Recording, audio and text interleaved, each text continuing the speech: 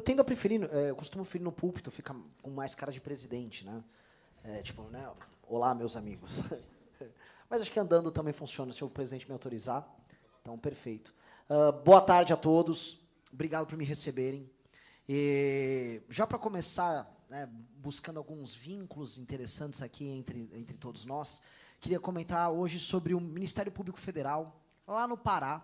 Tá? E aqui vocês vão ver como eu estou sentindo as dores de vocês, sem nunca transportar nada. Eu fui, basicamente, estou sendo alvo de uma ação do Ministério Público Federal, lá no Pará, porque eu reclamei que índios criminosos, ou supostos índios criminosos, invadiram a área da Cargill, um caso que ficou muito conhecido nacionalmente, deixando centenas de caminhoneiros esperando numa fila gigantesca, sem ter como ir ao banheiro, sem ter como beber água, impedindo o escoamento da produção de grãos que saíram não só do Pará, mas vinham também do Mato Grosso, destruindo a possibilidade da construção de uma hidrovia que conectaria ela própria com ferrovia, com rodovias, melhorando o escoamento da nossa produção. Ou seja, uma política de sabotagem que era tocada por uma suposta tribo indígena, que era fomentada por uma deputada indígena ligada ao petismo, uma moça lá do PSOL, com o apoio do governo Lula. Eu fui até lá, gravei um vídeo sobre isso, trouxe luz para esse tema nacionalmente, e agora estou sendo acusado de uma pessoa que tem preconceito contra índios, e o Ministério Público Federal exige de mim uma retratação pública para as 14 etnias indígenas ali que supostamente eu ofendi, e também um pagamento de R$500 mil para eles, obviamente porque, né, ninguém é de ferro, né, todo mundo precisa de um dinheirinho ali. Então, minha causa, boa parte da causa, não apenas do meu movimento, que é o Movimento Brasil Livre, mas da nossa candidatura, envolve e tem uma intersecção tão grande com a área de vocês, que boa parte daquilo que foi a minha pré-campanha e que será nos próximos dias a minha campanha, envolve comprar as brigas do setor. E quando eu rodei o Brasil, e eu rodei o Brasil especialmente de carro, eu pude cruzar os lugares mais pobres do Brasil de carro, boa parte do que eu gravei, boa parte do que eu reclamei, boa parte do que nós falamos sobre política fiscal e o impacto disso na capacidade de investimento em infraestrutura, que eu vou tratar aqui com vocês, tem a ver com isso. Um país que não tem mais infraestrutura de logística, que não investe em nada nisso. Um país que parou de tratar isso como prioridade. Um país que vem empobrecendo. Da ponte que caiu lá no Maranhão com o Tocantins, que nós pudemos visitar, e que teve que ser reconstruída às pressas, até a tentativa de escoamento de produção que os pobres maranhenses ali têm, que tem que pegar aquela, acho que é MA 006, que é uma rodovia de terra, basicamente, toda esburacada, que eu pude perder 4 pneus ali, enquanto rodava de carro, gravando conteúdo para a campanha. Tá? Do drama, que é o pessoal lá de Santa Catarina e do Rio Grande do Sul, para pegar a sua produção das suas cooperativas que vêm do oeste e que precisam escoar no porto e que não conseguem, dos próprios portos que têm, por vezes, acessos logísticos muito ruins. O Brasil é um país que desistiu de investir na sua própria infraestrutura, que politizou esse tema, que você vai fazer uma ferrogrão, eu acho esse assunto da ferrogrão fascinante. Num trecho da ferrogrão, tem uma tribo indígena que está, acho que 140 quilômetros de distância, avisou, não, o barulho da ferrovia vai nos atrapalhar, nossa herança, não sei o quê. E aí foram, junto com o PSOL, tentar embargar a continuidade de uma obra que vai escoar a produção na carga dos bilhões e bilhões e bilhões de reais, simplesmente porque sim. E ao longo dos últimos anos, nós passamos por essa sabotagem, e aí se você reclamasse, você estava perseguindo as nossas etnias indígenas, você estava perseguindo quilombolas, era um debate completamente interditado e infantilizado. Não há outro nome para tratar disso do que sabotagem. E sim, muitas regiões do Brasil, especialmente uma parte do Nordeste, aquela parte que inclui Piauí e Maranhão, e quase tudo que envolve Norte e um pedaço da região Centro-Oeste, são sabotados. Sabotados. O que a gente vê acontecer na parte de infraestrutura, de logística, na região do Pará, é sabotagem pura e simples. E vocês, no setor de vocês, sentem isso na pele. Sem falar, obviamente, das outras regiões do Brasil, não é que está uma maravilha os outros lugares. Eu sou do estado de São Paulo, que é um lugar que é melhorzinho em termos de infraestrutura. Mas a ótima apresentação aqui que foi feita nos mostra que quando a gente coloca um termo de comparação, os Estados Unidos da América, aí a gente se assusta.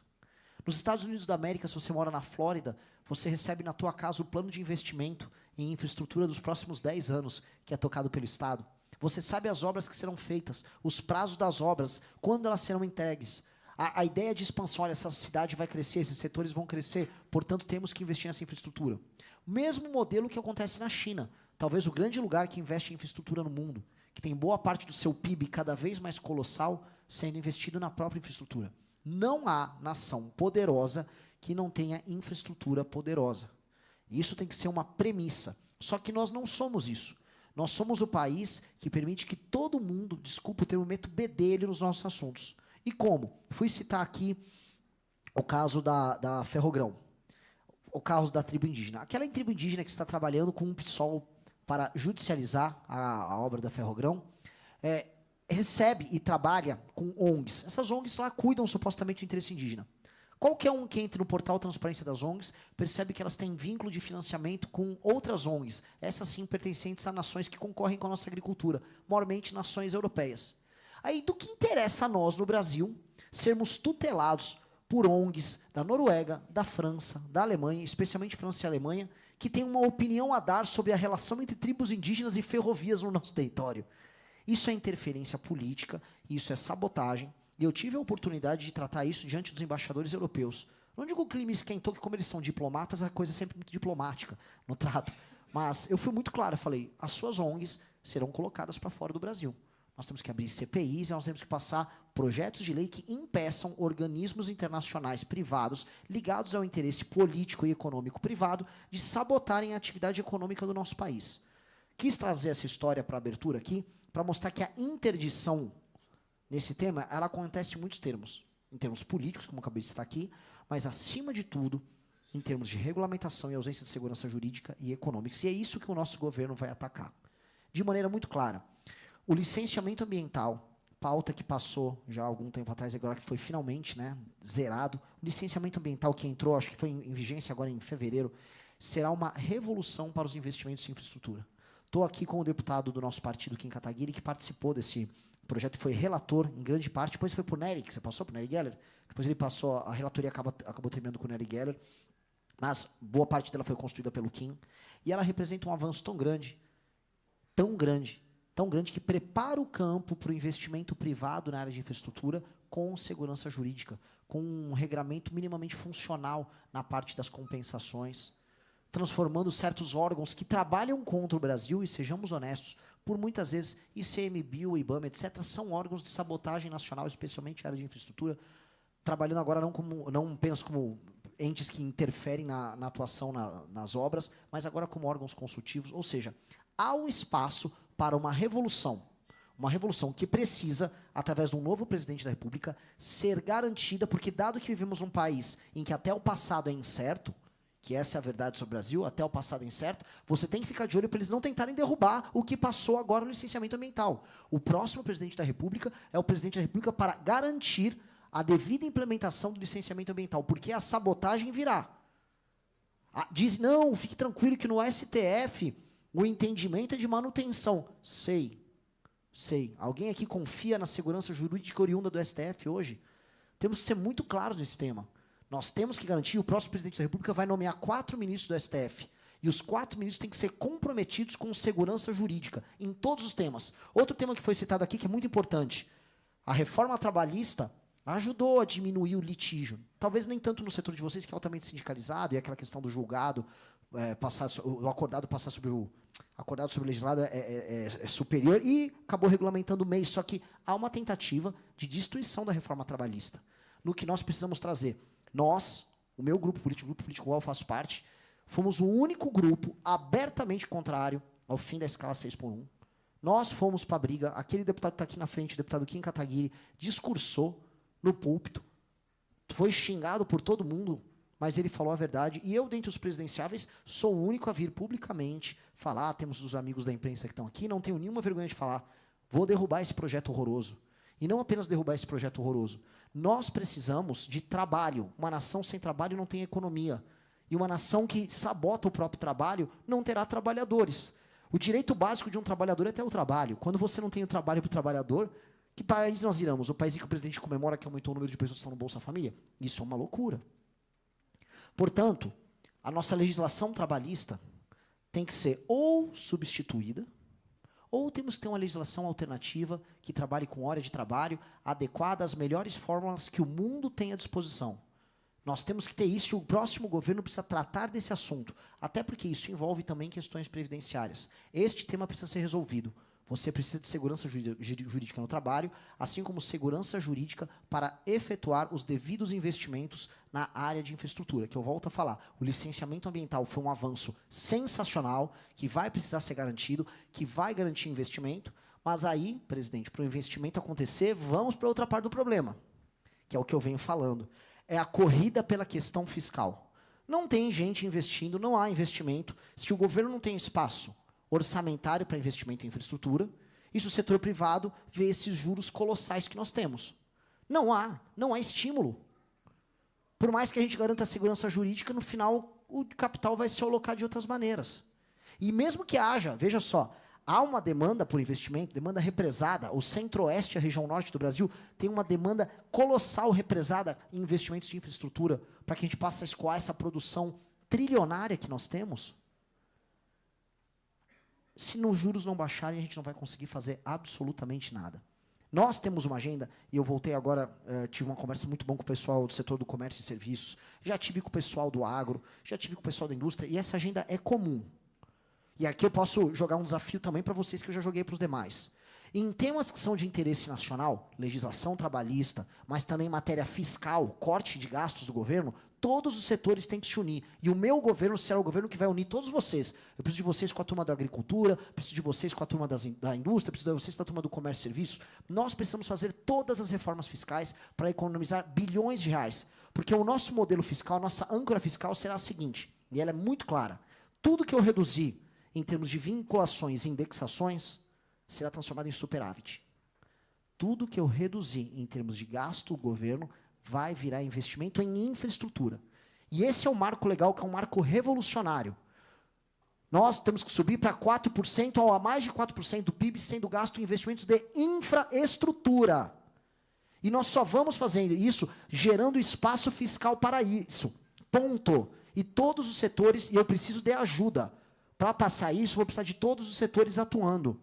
Todos os deputados que têm medo de votar esse tema, todos eles vão ter ou um agricultor perto da casa dele, ou da base eleitoral dele, ou um transportador, ou um pequeno manufatura, ou uma loja que vota nele. Todo mundo vai ter que ir para cima desses deputados. Nós precisamos resolver o nosso orçamento. Nós precisamos economizar 3,3 trilhões em despesa nos próximos anos. Isso não está contando despesas que nós vamos economizar caindo a taxa Selic, que tem um impacto também no pagamento da dívida e de juros, etc., que aí somaria um valor ainda maior. Ou seja, o que eu quero dizer é, precisamos fazer a reforma fiscal, que é o primeiro tema que eu vou fazer, não só quando eu assumir, é antes de eu assumir, é justamente no momento que eu venci a eleição, para passar uma PEC da transição.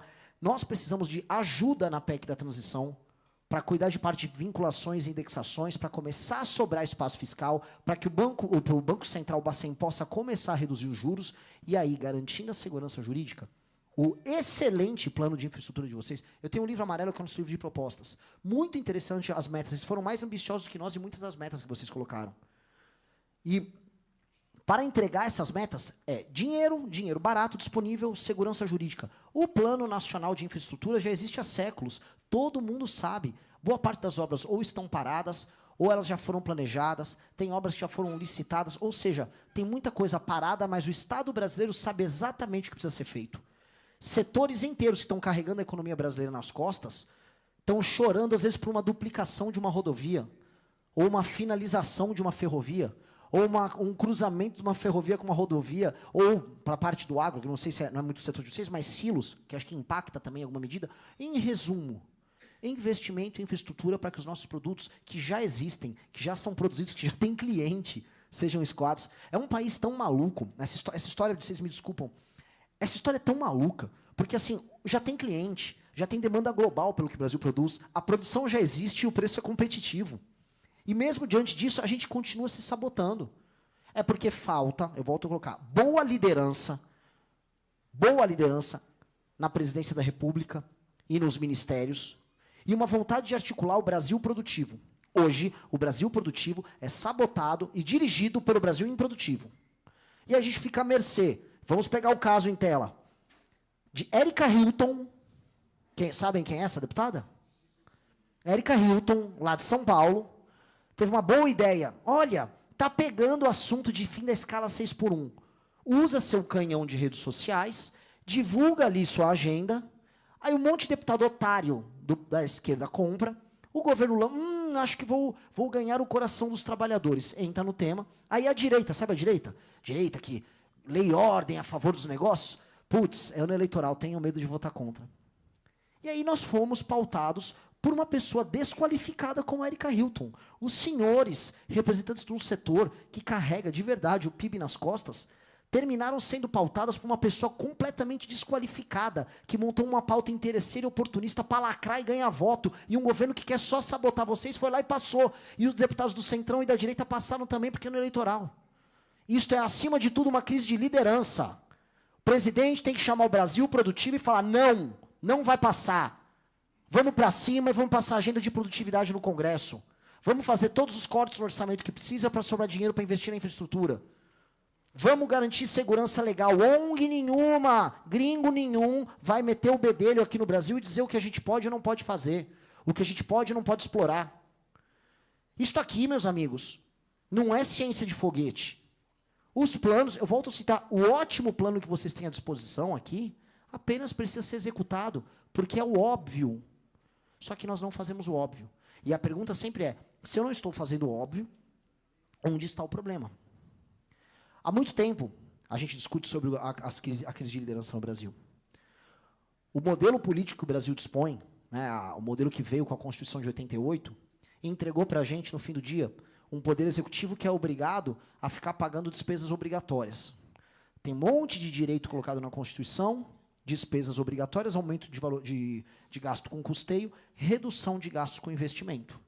Isso é um clássico. Desde a Constituição de 88, a formação de capital bruto, né, com capital fixo, infraestrutura, ela diminui, e diminui muito. No fundo, ela teve um pico, na verdade, no período da ditadura militar, lá no regime teve, aí vem a crise do petróleo, o endividamento externo começa a punir o Brasil, dali em diante a formação desse capital bruto, né, basicamente infraestrutura, começa a diminuir e vem com a Constituição de 88 e cai de vez. Porque a gente está gastando com custeio, a gente gasta com folha, com previdência, e a gente não gasta com infraestrutura. Só que se a gente não gasta com infraestrutura, a gente não tem dinheiro para pagar folha, nem pagar previdência. O que acontece? A gente se endivida. E hoje a gente está pagando folha, previdência e dívida. E aí, cadê as lideranças para falarem isso? Cadê as pessoas com coragem para falar isso? Veja, o nosso campo político, e aqui eu estou falando como candidato, o campo político que eu chamo de direita, mas vamos mudar o nome, vamos botar o Brasil Produtivo. Resolveu adotar como liderança, por um período, uma turma desqualificada. Acho que vocês sabem do que eu estou falando de uma família lá do Rio de Janeiro.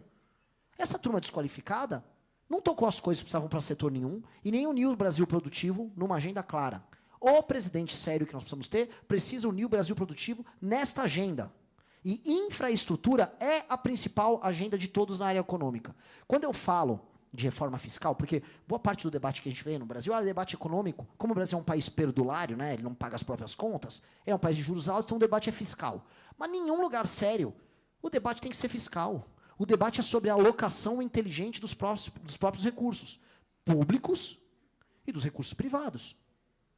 Ah, a China investiu mais em tecnologia. Não, fulano investiu em infraestrutura. Não, fulano está formando melhor a própria mão de obra. A gente não discute nada disso. É só se vai gastar mais ou menos e com custeio e dívida. Isso é coisa de louco. Nós somos um país de malucos. Os nossos números apontam, somos uma nação de malucos. E vocês aqui são ainda mais malucos que continuam trabalhando e produzindo num país maluco desses. Vocês continuam e trabalham e procuram meios e tentam se organizar. Vocês tentam sobreviver. Vocês são os maiores malucos, esse é o mérito de vocês. Só que a maluquice de vocês é do bem, tem a maluquice do mal, que é a maluquice de quem está no poder e que repete os mesmos erros ad eternum sem se preocupar com solução. Então, a nossa questão, para tentar fazer agora um sumário do que eu disse, a nossa questão básica é reforma fiscal no dia 1 após a vitória eleitoral. E tem que andar com uma agenda que nos abra um espaço fiscal de 200 a 250 bilhões por ano, para que a gente consiga uma economia de 1,1 trilhão nos próximos 5 anos. O impacto disso nos juros será muito claro. Em coisa de 1 ano, havendo essa estabilidade, nós podemos ver o Banco Central reduzindo os juros, garantindo a segurança jurídica para o investimento, vai começar a ter investimento, e o governo vai participar dos investimentos, porque tudo que nós abrimos de espaço fiscal ligado à queda de despesa, na nova âncora, será infraestrutura. Direto para a infraestrutura. E infraestrutura, especialmente a gente pegando agora setores e áreas que têm uma maior demanda produtiva represada, ou seja, estados e regiões que você já tem produção e que estão sendo afetados pela ausência de infraestrutura vão receber um trabalho emergencial. E o trabalho é ligado à produção de PIB, porque nós precisamos, para investir, aumentar PIB, ponto. Há uma busca desesperada do nosso governo por gerar PIB. Então, se está lá no Maranhão, eu preciso ligar lá com o Porto de Itaqui, ali em cima, e não tem uma estrada decente, vamos terminar urgente a estrada. Se está precisando duplicar as vias ou terminar a ferrovia para conectar o Mato Grosso com o Pará, vamos correr com isso, urgente. Se Santa Catarina está precisando duplicar a rodovia, vamos duplicar urgente. E é com urgência, baseado em PIB. Porque o meu primeiro governo, o primeiro mandato do Partido Missão, tem esse senso de urgência. Precisamos transformar esse investimento em PIB urgente, garantindo o tempo todo a segurança jurídica, sendo o maior amigo da segurança jurídica, porque não existe investimento de longo prazo sem segurança jurídica. E mais, não existe investimento externo de longo prazo sem segurança jurídica. Ninguém consegue, eu tentei explicar para os embaixadores já sabem, mas quando eu estive nos Estados Unidos, fui tentar conversar com investidores americanos e europeus sobre essa loucura, eles não entendem. Eles não entendem. Eu falei, mas calma, calma. Aí, volta aqui. Aí o índio falou que a obra tem que... Aí eu falei, sim, aí tem um órgão do governo que faz a obra parar. Eu falei, mas por que o governo tem um órgão que faz a própria obra parar se a obra tinha sido autorizada? Eu falei, mas por que alguém põe o dinheiro nisso? Eu falei, é por isso que vocês, americanos, não estão pondo dinheiro a contento nisso. Mesmo quando o mundo, por vezes, passa por altas de liquidez, e o dinheiro podia ser direcionado para obras de infraestrutura. O gringo não entende. Se nem a gente aqui entende, imagina o gringo. Então, garantir a segurança jurídica, os juros baixos, é garantir, inclusive, investimento externo. E aí, talvez a gente até aumente essa disparidade, vai ter muito investimento privado para andar nesse setor.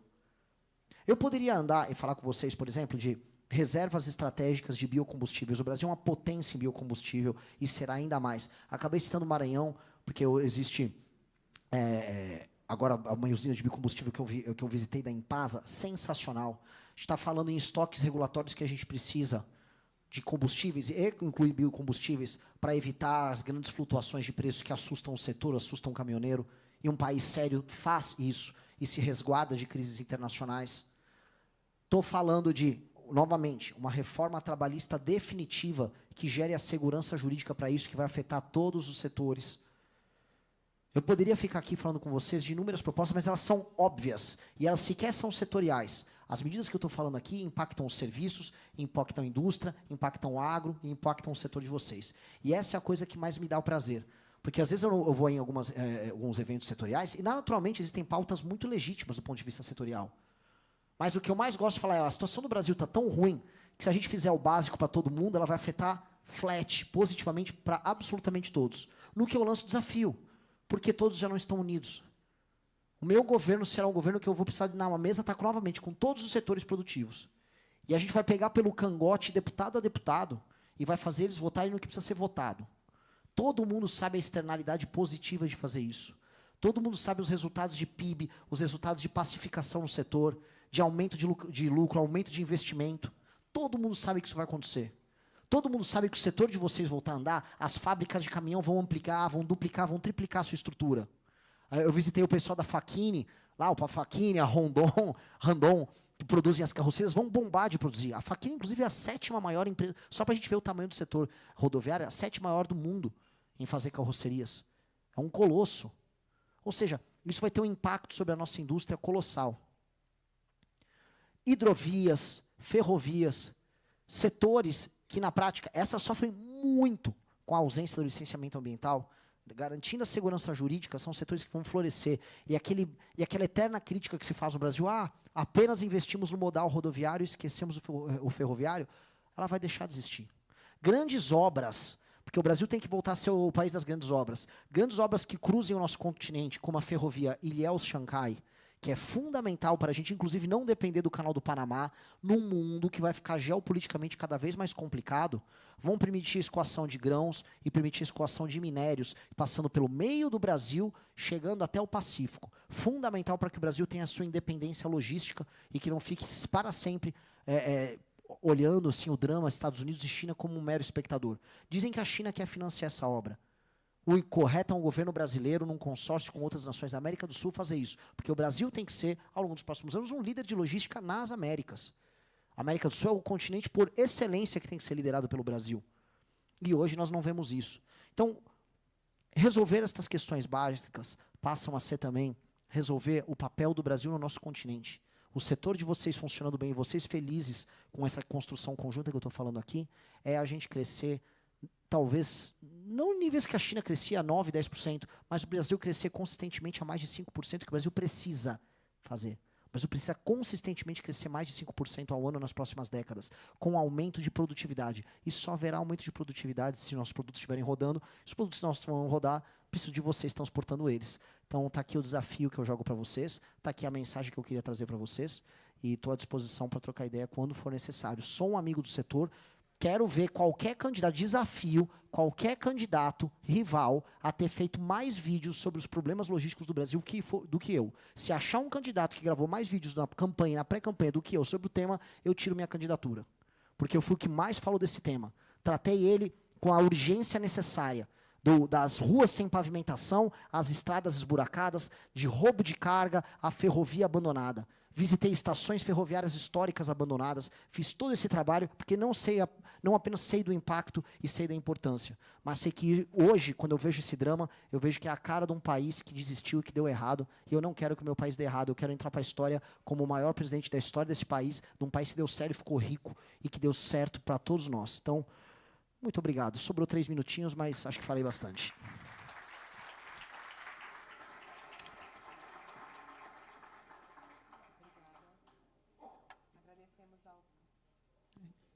Agradecemos ao candidato Renan Santos. E agora teremos a oportunidade de ouvir 3 perguntas para o candidato de representantes dos diversos setores do setor transporte brasileiro.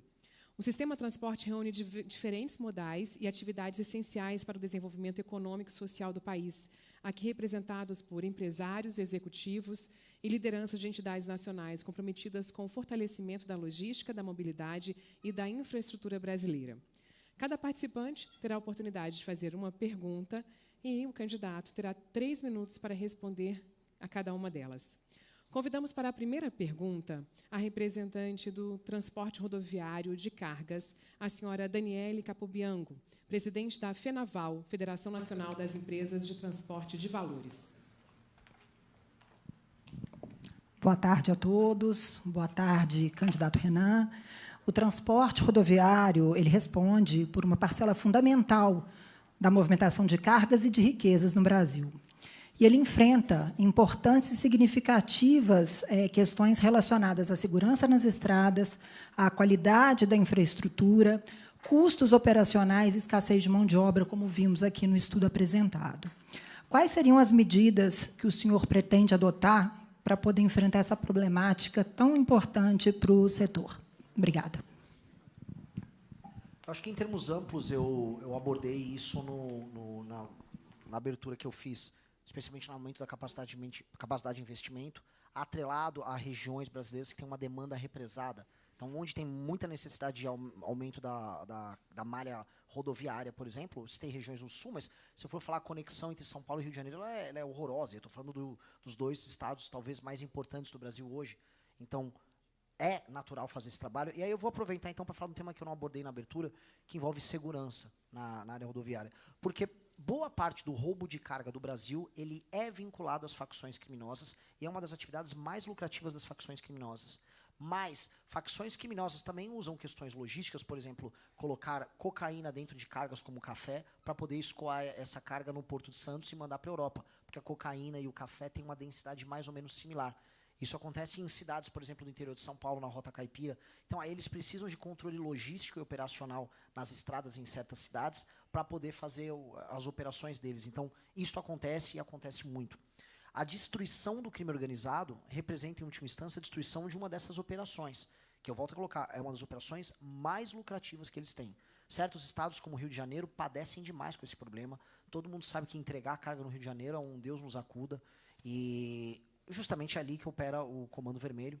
O Comando Vermelho tem nessa aí, acho que a 2ª ou 3ª atividade principal de negócios deles, que é o roubo de carga, e que precisa acabar. É uma coisa que eu não tenho nada a dizer além de isso estará conectado ao nosso trabalho de destruição da operação do crime organizado. E que nem é o trabalho que eu comento muito, que é o trabalho que nós vamos fazer de reocupação territorial. Né? Você tem territórios inteiros ocupados pelo crime. É uma operação...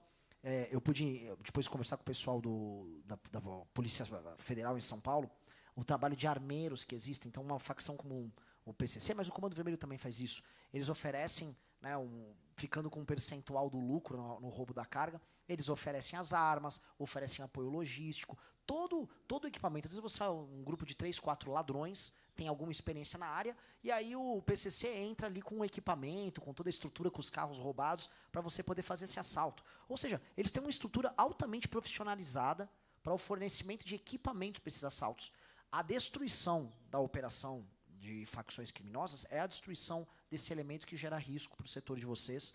Então, eu queria agregar, que acho que boa parte eu já havia comentado na abertura, queria agregar com isso. Isso é um mal, é um medo que tem que desaparecer. E isso está permanentemente correlacionado à destruição das operações das facções. Obrigada, candidato, pela resposta. E, dando sequência, convidamos, representando o transporte rodoviário de passageiros e a mobilidade urbana, o senhor Francisco Cristóvão, diretor-presidente da Associação Nacional das Empresas de Transportes Urbanos, NTU. Boa tarde, candidato. Eu vou lhe dirigir uma pergunta, mas, pela oportunidade, eu vou lhe entregar um documento à sua assessoria, que é o resultado de um seminário nacional que nós realizamos exatamente a semana passada. Entre os dias 11 e 13, lá em São Paulo, nós realizamos um seminário e debatemos um trabalho que a NTU vem desenvolvendo no sentido de produzir um novo modelo de financiamento para o custeio da operação. O BNDES acaba de lançar um importantíssimo programa de financiamento para investimento em infraestrutura e também em frota. O nosso trabalho busca um novo modelo de financiamento para o custeio, para garantir que as empresas consigam produzir serviço. Tá bom? Eu vou fazer depois chegar, né, à sua assessoria esse documento. Mas a pergunta que eu lhe dirijo é a seguinte: o transporte público coletivo é essencial para o funcionamento das cidades, mas o setor enfrenta perda de passageiros, aumento de custos e necessidade de renovação de frotas. Qual será a política do seu governo para fortalecer o transporte público coletivo e garantir sua sustentabilidade econômica, qualidade de serviço e modicidade tarifária? E, se houver oportunidade, eu gostaria que o senhor comentasse também com respeito ao transporte ilegal de passageiros promovidos pelos aplicativos. Qual a sua opinião e proposta para essa questão? Obrigado. Bom, sobre o final que você colocou, que é a pergunta polêmica, eu historicamente sempre defendi os aplicativos. Historicamente eu sempre fiz a defesa deles. Simplesmente porque o consumidor ele não está conseguindo, dada a relação que existe entre Estado e o fornecimento de serviços de transporte, especialmente alguns modais, ele não consegue arcar com isso. Digo isso como uma pessoa que foi usuária do Uber, quando o Uber era considerado clandestino e ilegal. Os preços praticados pela Uber, como um cidadão quebrado, que eu era, um jovem brasileiro que não tinha como, né, pagar por um táxi o tempo todo, eu sofri com isso. E acho que a gente tem que entender que o consumidor ele não pode ser penalizado pelos erros que o Estado comete na relação que ele tem com as empresas, com o setor, ao fazer as regulamentações. E eu não serei inimigo da inovação. A inovação e o transporte, quando bem adequados, quando bem regulamentados, fazem o bem para todos. Eu acho que boa regulamentação faz bons amigos e gera bons serviços e trata bem os consumidores. E eu acho que todo mundo aqui também não tem medo da concorrência. Na verdade, a inovação ela vai chegar para todos nós, gostemos ou não, e os inúmeros setores brasileiros que vão sofrer com a chegada dela vão se adaptar. O importante é sempre ter uma devida regulamentação e uma regulamentação bem feita, entendendo, novamente, que o consumidor e o sistema concorrencial tem que ser respeitado. Ponto. Esse é o primeiro passo. Então, eu não trabalharei de modo a classificar inovação como clandestino. Eu vou entender que existe uma inovação, e a inovação tem que ser adequada a um regime que tem que ser amiga do consumidor acima de tudo. Sobre as empresas de transporte, especialmente as municipais, a gente pode comentar aí, tem dois elementos que a gente tem que enfrentar. Primeiro, um elemento que existe, que é a infiltração de crime organizado, tem um pouco a ver com a pergunta anterior, e a gente não pode permitir que crime organizado e grupos políticos locais façam uma infiltração que tem, ali sim, um incentivo perverso à manutenção de determinadas rotas, simplesmente para manter contratos baseados em quilometragem, que eu acho que não são bons, que às vezes você tem o ônibus que fica rodando vazio, batendo lata, e aí aquilo gera basicamente um custo que é redistribuído na tarifa para as outras pessoas. Outras modalidades em que as empresas participam do custeio da operação e ganhar pela operação, no risco da operação, eu acho que são mais interessantes. Aumentar também o trabalho concorrencial nos contratos que existem nos municípios, mas evitando, eu volto a colocar, existem em grandes cidades uma infiltração de grupos políticos e, quando não, grupos econômicos ligados a facções que fazem um trabalho não apenas ruim para as pessoas, mas perigoso, inclusive ligado à lavagem de dinheiro. Então, nós temos que atuar para que os bons empresários, que são a maioria, eles possam atuar, que tenham um sistema concorrencial funcional e que eles não se tornem vítimas da infiltração que a gente vê cada vez mais. Eu volto a colocar, de grupos políticos, não vou citar nomes aqui, mas sou de São Paulo, todo mundo sabe as coisas que aconteceram por lá. E grupos criminosos que a eles beneficia a inexistência de concorrência, a existência de rotas, por vezes irracionais, e modelos contratuais que não são baseados no transporte de pessoas, no volume de transporte de pessoas, mas sim, às vezes, quilômetro corrido, como acontece em muitos lugares. Eu acho que isso acaba tendo impacto nas tarifas, mas eu estou muito curioso para o documento que você está mandando. Quero ver o documento, porque eu não gostaria, não seria legal, da minha parte, eu querer interferir em tudo que há nos municípios, e na capacidade dos municípios de fazer o provimento dos transportes ou de certos serviços. Mas, muitas vezes, diante de infiltração ou política, ou, infelizmente, de facções, será necessário algum tipo de regulamentação top-down. Então, eu estou muito curioso para ver e vai ser um prazer ler. Obrigada, candidato. E para a terceira e última pergunta desta rodada, convidamos, representando o setor de infraestrutura de transporte e logística, o senhor Roberto Pena Chaves, vice-presidente jurídico, governança, compliance, relações governamentais e auditoria interna da Motiva Infraestrutura de Mobilidade S.A. Boa tarde, candidato. Eu tinha preparado uma pergunta aqui sobre segurança jurídica, mas o senhor já falou amplamente, falou muito bem.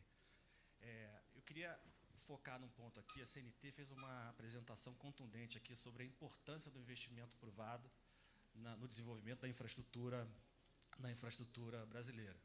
A Motiva sozinha vai investir algo em torno de 60 bilhões de reais nos próximos anos no desenvolvimento da infraestrutura também, de rodovias e transporte sobre trilhos. Ou seja, a estabilidade contratual é super importante, estabilidade regulatória para a gente é super importante, né? E que nós vemos hoje são agências reguladoras e outras autarquias com dificuldade estrutural, sem orçamento, e que não acompanha o crescimento do investimento privado em infraestrutura. Como o senhor pretende endereçar isso no seu governo?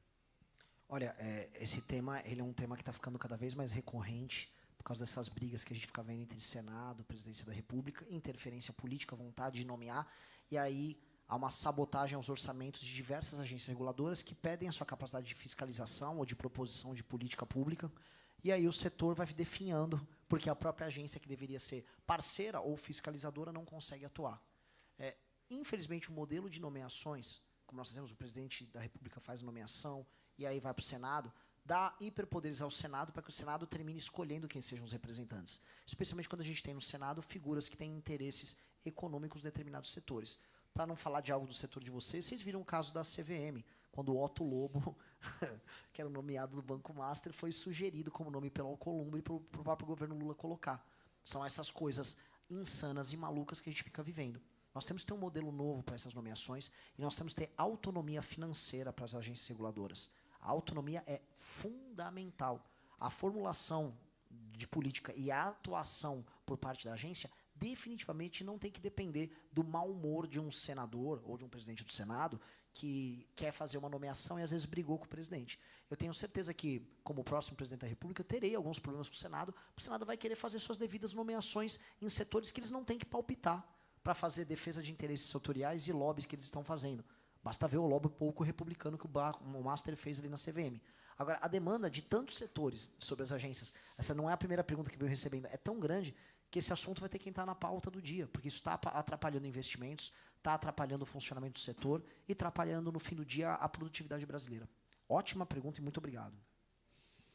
Nós que agradecemos também a sua resposta, candidato. Agradecemos a participação dos representantes do segmento do transporte por contribuírem com esse momento também do debate. Amanhã continuaremos esse diálogo também com outros representantes de modais diversos, quando faremos também o debate com o Ronaldo Caiado, nosso próximo candidato, que se apresentará amanhã. Agradecemos neste momento, então, em nome da CNT, a sua participação, candidato Renan Santos, aqui no 11º Fórum CNT de Debates. Agradecemos também ao presidente Wander Costa por estar aqui conosco e poder proporcionar esse momento. Agradecemos também à diretora Fernanda Rezende pela sua participação e contribuição ao debate e a todos vocês que nos acompanharam aqui presencialmente e também online. Registramos ainda nosso agradecimento aos patrocinadores dessa edição, INSPER Educação Executiva e Wilson Sons, pelo apoio à realização deste evento, e a programação do 11º Fórum CNT de Debates, edição Presidenciáveis, será retomada amanhã, às 14 horas, teremos o credenciamento, às 14h30, iniciaremos, então, o debate. Neste momento, encerramos a transmissão ao vivo do 11º Fórum CNT de Debates, edição Presidenciáveis. Agradecemos a participação de todos vocês. Muito obrigada e até amanhã. Encerramos aqui online, mas gostaria de fazer um aviso à imprensa. Teremos agora uma coletiva que será aqui ao lado do palco. Por favor, peço para que sigam as orientações da comunicação do sistema CNT. Obrigada. Boa tarde.